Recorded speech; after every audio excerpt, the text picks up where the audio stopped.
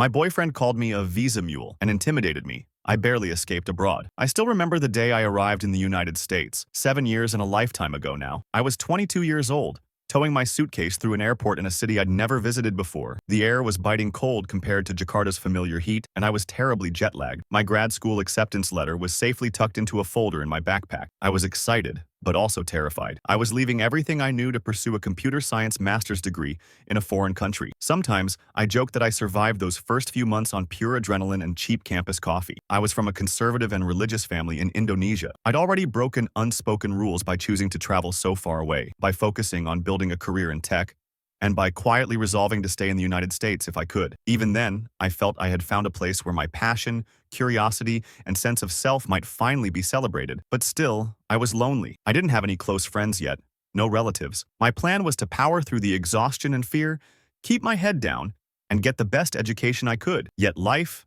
and love come when you least expect them. A few months into my master's program, I met him, my future boyfriend, or so I thought. Let's call him Andrew. He was 30. A citizen of this country, born and raised in a sleepy suburban area not too far from campus. I remember the very first day I saw him. He walked into the coffee shop where I was hurriedly typing a paper at 11 p.m. I was half lost in my train of thought. He caught my attention by dropping his own stack of books on a nearby table with a loud thump. I looked up in mild annoyance. Our eyes met. His apologetic, mine initially wary but warming to curiosity. We ended up chatting because he asked about my laptop stickers, little references to programming languages and technologies, and he recognized a few of them. We realized we had overlapping interests, from coding to certain obscure 90s cartoon references. He was studying to be a teacher, and he was finishing a certification program at a local college. We bonded quickly over how unprepared we'd felt stepping into such rigorous academic or professional training. A week later, we ran into each other on campus again. He remembered my name,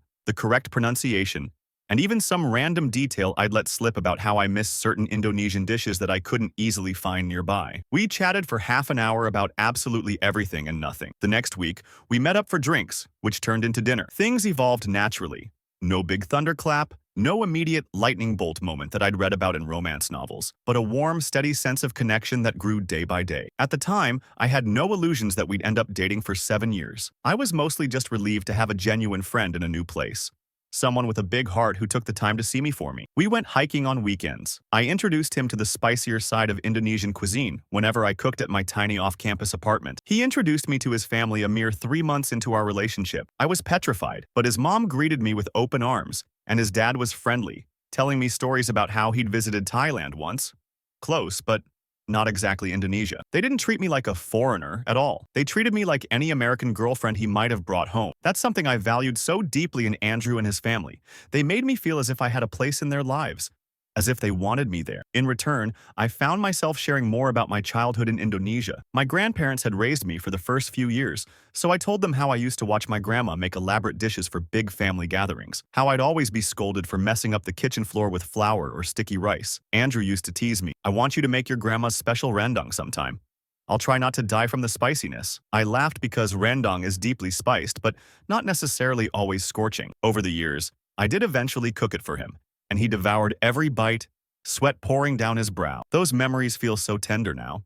Fast forward. After finishing my first year of grad school, the program demanded even more from me. My course load was heavy, and a part of me wondered if the strain on my time or finances would break us up. Instead, Andrew stepped up. He'd bring me groceries. He'd stay over at my apartment and make me breakfast in the mornings before I dashed off to campus. In my final year, money was so tight that I seriously contemplated taking out a huge loan to pay for tuition and living expenses. I remember sitting at my desk crying, calculating costs, thinking I would owe an astronomical sum when I graduated, if I graduated. He sat by my side and said, "Listen, I know you wouldn't ask for help unless you really needed it. You're so determined and self-sufficient, but please, stay with me, rent-free, for however long you need, until you finish your program. That way, you can put the money toward tuition. No more tears." I was stunned. That was one of the kindest offers anyone had ever made me. It was also when I realized how deeply he cared for my well-being. We were a team in a way I'd never experienced before. I agreed, and for the first time in my life, I felt like I had a true partner. We basically lived together from that moment on. My tiny sublet was given up, and the routine of coming home to him every evening,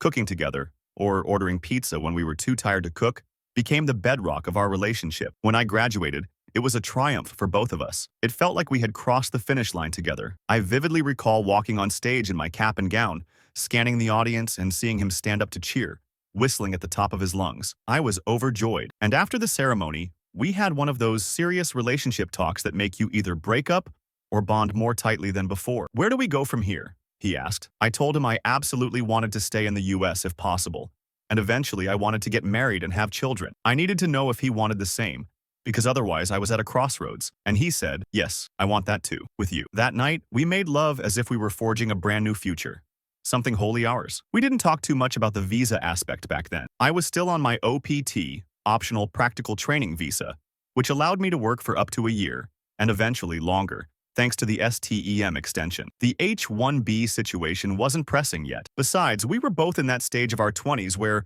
forever sounded like an abstract promise you make, trusting the details will fall into place later. Over the next few years, I embarked on my career, initially as a software developer, then shifting into product management. Andrew was just starting his teaching career, focusing on elementary education. I remember how proud I was of him when he got hired at a public school with a decent salary and benefits. We moved into a slightly bigger apartment, and it began to feel like a real home. We had separate checking accounts, but created a shared account for rent, utilities, and groceries. Since I was earning quite a bit more than he was by this time, especially once I became a product manager at a large company, we agreed it made sense for me to deposit more money into our joint account. It never occurred to me that this was a problem, because it felt fair. I simply earned more. We often joked, "Someday you'll be super teacher," with a glowing recommendation, and maybe your salary will outstrip mine. He'd give a half smile and say something self-deprecating like, "Yeah, maybe when pigs fly." I never detected that this difference in our finances was sowing any real seeds of resentment. If anything, I felt that my stable,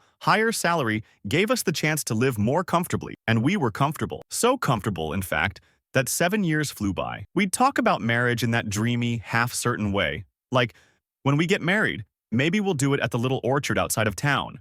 Or, "When we get married, I'd love for your family to come from Indonesia if that's possible." Or, "Let's do a small ceremony. No need for a fancy venue." But it was never pinned down to a date. We were busy with our careers, and I felt that we were growing toward that step, just in a gentle, unhurried way. Andrew's family would ask sometimes, "So, any news about wedding bells?" And we'd both laugh it off, saying, "We're on our own timeline." In the meantime, I had to deal with my H-1B lottery applications every year and endured the uncertainty of whether my application would get picked. The first few times, I wasn't selected. I did eventually get approved for an H-1B in my last year of eligibility, which was a huge relief. The stress of that entire process was enormous. The random chance aspect, the feeling that your entire future is being decided by a computer, picking your name out of a digital hat. Andrew was there for me throughout. He'd calm me down when I had nightmares of having to pack my bags and leave on short notice. But once I got the H-1B, I felt a new wave of security. Maybe that lulled me into a false sense of, no rush, we have time. Because we did. For a while. Then came the day my company announced that my entire department might be outsourced. This wasn't a hypothetical threat. It was based on actual negotiations with an offshore firm. I remember sitting there in a big, gray conference room with the rest of my team, feeling the blood drain from my face when they said the process could happen within 6 months, and that some of us should start looking elsewhere. As an H-1B worker, losing my job would mean losing my status, unless I found another position, or I left the country. That horrifying sense of my future being up in the air returned in a flash. Andrew seemed concerned and asked how he could help. At the time, I just needed emotional support. I told him I'd start quietly job hunting, but that if push came to shove, maybe we should consider getting married sooner. After all, we'd talked about marriage for years. He'd assured me that he wanted the same future I did. Now that circumstances were shaky, marriage would not just be about love, but also about giving me a stable footing here. We'd just celebrated our 7th anniversary a few nights prior. At dinner that night, I finally broached the subject. "Hey, I've been thinking. We said we'd do this eventually. Maybe it's time to talk about actually legitimately getting married. I'm facing a tough visa situation again, and I can't help but wonder if it might be simpler if..." He looked pale. Actually, he looked like he might be ill. My heart dropped. I knew something was wrong. That's when he confessed that he never intended to marry me until I already had a green card on my own, independent of him. Because, as he put it, he didn't want to be my visa mule. Those two words, visa mule, pierced my heart. I stared at him in disbelief. This was the man who had stood up for me, who had invited me into his home rent-free, whose parents treated me like family, and who had told me countless times he wanted to spend his life with me. Now, he was telling me that he suspected I might be using him to stay in the country? We argued. I was in tears, babbling something like, "If you love me, how could you think that? It's been 7 years. Why on earth would I do that for so long?" He admitted that he'd always nursed a seed of doubt about my intentions, that a small voice in his head, fueled by some friends' offhand comments, friends who apparently teased him about being taken advantage of, or wearing the financial pants in the relationship, had made him believe that maybe I wanted him primarily because he was an American citizen. I was outraged. My face burned with anger and humiliation. I yelled something like, "So what if you're a citizen? You think that's all you're worth to me?" The tears spilled over as I realized my entire relationship might have been built on an unspoken suspicion. In a moment of desperation, I said, "If that's what you really think, would you consider moving to Indonesia with me if it came to that?" Because to me, that was the ultimate demonstration that I wasn't after him for a visa advantage. But he quickly, almost reflexively, said he wouldn't. In fact, the notion seemed so outlandish to him that it didn't even register as an option. I felt my stomach twist in knots. I barely recall what else was said. Something along the lines of him wanting me to earn my permanent residency on my own, and me shouting that I couldn't believe after nearly a decade, he still didn't know who I was. By the end, we were both too emotionally drained to continue. I grabbed my coat and left the apartment we'd shared for years, shaking so badly that I could hardly walk straight. Later, I sat at a friend's place sobbing, absolutely sure that everything was over. This man, whom I loved with all my heart, had just effectively told me, "I don't trust you enough to marry you because, deep down, I worry you're using." I spent days in a haze, but the next week, we met up again, determined to talk it out calmly. I truly thought, maybe we can salvage this, maybe it's just stress. But the conversation spiraled in unexpected directions. Andrew revealed how insecure he'd felt ever since my salary began to dwarf his. He had some so-called friends who would poke fun at him, calling him the kept man, the one whose girlfriend was sponsoring him, as if I was the sugar mommy. Because I'd pay for dinners out, because I'd sometimes buy him gifts or plan vacations that he didn't have the disposable income to fund. He never told me that this bothered him on a deep level. He said he felt like he should be the provider in a relationship, a role he was taught was integral to manhood. His father, ironically, never struck me as someone who believed in rigid gender roles, but Andrew was apparently carrying these unspoken expectations. He felt overshadowed by me. He started to wonder, if she doesn't really need me for money, then maybe she only needs me for one thing, the legal right to remain in the country. I listened with a sense of growing numbness. This entire time I'd thought we were equals, partners, supporting each other through thick and thin. I reminded him of how, early on in grad school, I had next to no money, and he was the one who saved me from drowning in debt. "You gave me so much back then. Didn't that count for anything?" I asked. His face was stony. He said, "I didn't expect you would surpass me so quickly. You left me behind." It felt like a knife in my gut. "So your solution is that I should take a pay cut? Why would that even be fair or logical?" He shrugged and, with an uncomfortable laugh, said that maybe if I earned less, I'd understand what it was like to struggle again, and that might make him feel more needed by me. I think that's when I realized we were done. Because how can you build a future with someone who wants you to shrink yourself, stifle your success, just to make them feel like more of a man? That's not love. That's fear and insecurity. I asked if he'd consider couples therapy. He refused, saying he didn't think he was the one being unreasonable.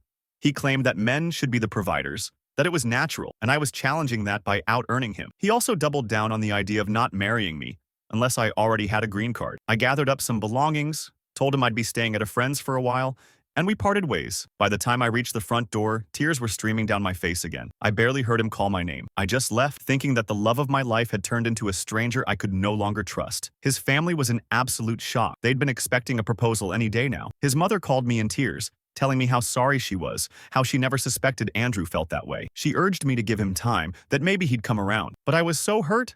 I didn't think waiting would help. He'd made it clear he'd never fully trust me unless I jumped through some intangible hoop to prove I wasn't using him. The notion felt insulting, especially after so many years. So many shared dreams. Then came an unexpected glimmer of hope for my career. The company decided to offer me a lateral move in a different department, this one located in France. The pay would be slightly lower, but the responsibilities were similar, and it was a chance to move to Europe, something I'd dreamed about from time to time. I weighed my options. If I stayed in the US and found a new job, I'd still be dealing with potential H-1B issues. If I left for Indonesia, I'd uproot everything, but I had no family support to return to. My parents and I were estranged. I wasn't welcomed back with open arms in the way one might imagine. But here was France, a brand new start. My last conversation with Andrew in person was raw. He asked if we could just go back to how things were before, but I think he knew it was futile. I told him that I'd accepted the France offer. I would be leaving in a couple of months. I asked if there was anything else he wanted to say, something that might convince me otherwise, but he just shook his head, looking miserable. And so, with heavy hearts, we ended a relationship that had spanned nearly 7 years.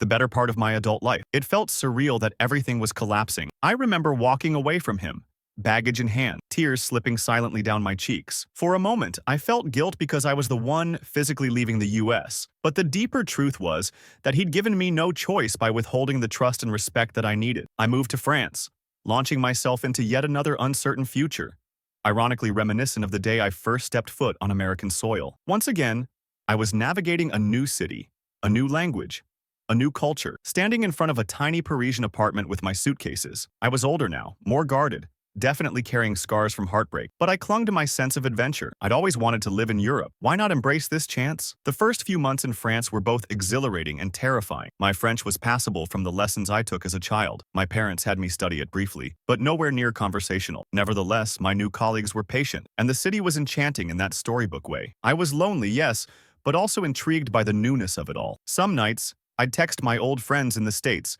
describing how I strolled along the Seine or discovered a hidden cafe that served the best croissants. In some ways, it felt like a second chance at building a life on my own terms. I got used to the French office culture, which placed a stronger emphasis on work-life balance. Nobody was impressed if I stayed past 6 p.m. In fact, they'd scold me, telling me to go home and enjoy my evening. This was a stark contrast to the 10 to 12-hour days I sometimes pulled in the US. Over time, I realized how burnt out I had been, overworked, living in a haze of stress. Here, I finally started to breathe. During that time, Andrew reached out to me, perhaps 3 months after I left. His texts began apologetically, saying how much he missed me. Then he asked to arrange a call. Against my better judgment, I agreed, partly for closure. He explained that his family was upset with him for letting me go, that he realized how deeply he had hurt me, how silly his insecurities sounded now. He wanted to see if I'd be open to giving us another try. Maybe we could do long distance for a while, and eventually he might move to France or I could move back to the US. I was so torn. My heart still ached for him. I missed our inside jokes, how he made me congee when I was sick, how he rubbed my back when I was too stressed to sleep, but the wound of his distrust was still fresh and deep. I couldn't simply undo that. I told him how betrayed I felt by his "Visa Mule" comment. I explained that I couldn't be in a relationship where my partner resented my success or questioned my motives. He apologized sincerely, said he'd been an idiot. Then he hinted that living alone had forced him to downgrade everything. He was paying the rent by himself and had no financial flexibility for the little luxuries we'd enjoyed together. He sounded sorrowful, maybe even regretful, but that's not love either. It's regret about losing the comfortable lifestyle we shared. If there was real love, it should have been strong enough to withstand our differences in income. It hurt me to say it, but I told him I was done, that we should both move on. I reminded him that we'd had a good run, but we were fundamentally broken now. He tried to argue, but I ended the call. I cried afterward, but the tears were strangely cathartic. Over the next few days, I felt a sense of relief begin to take root. As the weeks turned into months, I started to thrive in France. I traveled whenever I got the chance, visiting the neighboring countries, Belgium, Germany, Switzerland, Spain, Portugal, the Netherlands, Denmark. Everywhere I went, I marveled at how accessible these places were compared to traveling from the US. My camera roll filled with photos of everything from Swiss mountain peaks to Spanish cathedrals, from scenic canals in Amsterdam to cozy Christmas markets in Germany. My heart felt lighter, more expansive, as I collected these new experiences. That's not to say I was fully healed. Romance was the last thing on my mind. Every time I thought about dating again, I'd feel a flicker of anxiety, remembering how thoroughly I'd given my heart to Andrew, only to have him doubt me in the end. But life was offering me so many new experiences that I managed to channel my energies into work, travel, and forging new friendships. My colleagues were a diverse bunch, some from France, some from other parts of Europe, some from North Africa, from the Middle East, from Asia. Through them, I felt like my world was expanding. A friend from the Netherlands raved about her hometown, how it was quieter than Paris, but wonderful in its own way. Another from Spain introduced me to tapas and got me addicted to jamon iberico. Around this time, I started to see a therapist. I was initially skeptical about therapy. Culturally, I'd grown up with the sense that you keep personal matters private, but I realized I was still harboring resentment, fear, and heartbreak that were interfering with my peace of mind. So once a week, I'd meet with a therapist near my workplace. We'd delve into my childhood trauma, how my parents' conservatism had shaped my independence, how my ex's betrayal stung so much because deep down, I'd wanted him to stand by me unconditionally. At first, I was guarded, but the more I opened up, the more I realized I needed a safe space to process everything. My therapist never told me what to do. She simply reflected my thoughts back to me, asking gently, probing questions that made me re-examine my assumptions about love, trust, and identity. After a few months, I felt significantly lighter and better equipped to move forward. I wasn't cured of heartbreak, but I understood it more. I understood that Andrew had his own baggage, his own insecurities, and I could let go without hating him or feeling worthless. Eventually, a new professional opportunity arose. My friend from the Netherlands mentioned her company was hiring for a senior product manager position in Amsterdam. She suggested I apply, especially since I already had the right background. It wasn't an easy decision to leave France. I'd come to love it. But the role in the Netherlands offered a step up, better pay, and an interesting product line. Also, I was curious to experience another European country, maybe even put my new life perspective to the test. So I went for it, and lo and behold, I landed the job. Before I knew it, I was packing up yet again, heading north to the Netherlands. I rented a modest apartment in a neighborhood known for its canals and charming old architecture. Learning Dutch was a new challenge, though most people in the Netherlands speak incredible English. Still, I enrolled in beginner classes, wanting to show respect for the country I called home now. The Netherlands was a bit cold and wet for my tropical soul. Sometimes the endless gray skies reminded me of what it felt like to be homesick in the US, or newly arrived in France. But I still found beauty in it. The summers were gorgeous, with long daylight hours and lively outdoor cafes. I enjoyed biking to work, learning to navigate the city the Dutch way. I took pictures of tulips and windmills like a stereotypical tourist, but it delighted me. Making close friends was trickier. Many Dutch people already have their circles from childhood or university, so the social sphere felt more closed off. I did manage to befriend some fellow expats who understood the ups and downs of relocation. We'd meet up for drinks or dinners, occasionally exploring the countryside on weekends. It wasn't the same as the deep bond I once had with Andrew, but it was nice to have a sense of community. Loneliness sometimes hit me hard. When I fell sick with the flu, I missed how Andrew would fuss over me, bring me soup, or rub my back. Late at night, my mind would wander to the happier memories, but I resisted the temptation to reach out. We had parted ways for a reason, and I reminded myself of that reason often. In a small act of self-care, I adopted a cat from a local shelter. She was a fluffy, mischievous creature, meowing at me loudly when she was hungry or bored. I named her Madu, meaning honey, in Indonesian. She became my companion, greeting me at the door with a loud purr and demanding attention. She'd curl up next to me while I watched TV or read a book. On lonely nights, her warmth on my lap was a comfort that words can't fully convey. Over time, I started feeling more settled in Amsterdam. My job was stimulating, but the pace was gentler than it had been in the US. The shorter work hours gave me time to cultivate hobbies. I tried painting for the first time since childhood, capturing the cityscapes I passed every day. I started attending meetups for board game enthusiasts, cooking classes specializing in local dishes, and an Indonesian cultural group that occasionally hosted events. Eventually, I felt the stirrings of curiosity about dating again. My therapist back in France had helped me process my fears, but I was still cautious. Nonetheless, I made a profile on a couple of dating apps. At first, I matched with a few people, went on some casual coffee meets. They were pleasant, but there was no spark. Then, I started chatting with a Spanish expat who was a software engineer. We bonded over geeky jokes, code memes, and a shared love for traveling. We went out on a couple of dates, bike rides through the city, laughing about how neither of us had grown up in a place this flat. But I wasn't quite ready to open my heart. We parted ways amicably, staying friends. I realized that healing takes time, and that's okay. In the meantime, I focused on developing my own sense of identity. I was no longer tethered to Andrew's insecurities. I was free to be ambitious, to succeed at my career, to earn money without guilt. I was free to travel spontaneously, hopping on a train to Antwerp for a weekend,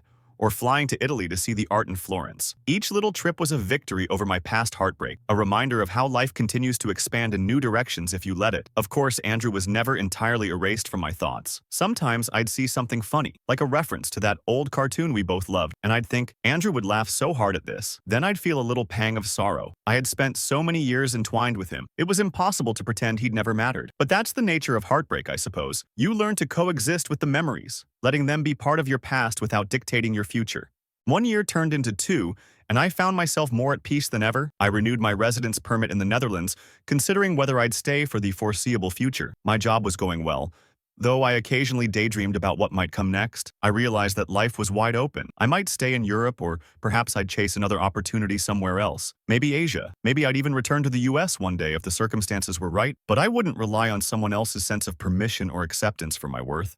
As for Andrew, we had minimal contact. Once or twice, he sent me messages on social media, updating me about his teaching job. He apologized again, telling me how proud he was of my achievements. But it didn't spark any desire in me to reconnect romantically. We had closed that chapter. In my quieter moments, I realized that I did still believe in love, just not the twisted version where I felt forced to prove my authenticity over and over. I believed in a love that didn't require me to sacrifice my success or independence. And maybe, one day, I'd meet someone who shared that vision. In the meantime, I had Madhu, my new expat friends, my far-flung family of former classmates around the globe, and my own resilient spirit to keep me company. Sometimes I'd reflect on the irony, all the anguish over a green card, all the heartbreak about being seen as a visa mule. And here I was, living freely in Europe, forging a path that was never reliant on Andrew's citizenship. The last vestiges of bitterness would melt away, replaced by gratitude for how life had turned out. If it hadn't been for that heartbreak, I might never have discovered how fulfilling living in France,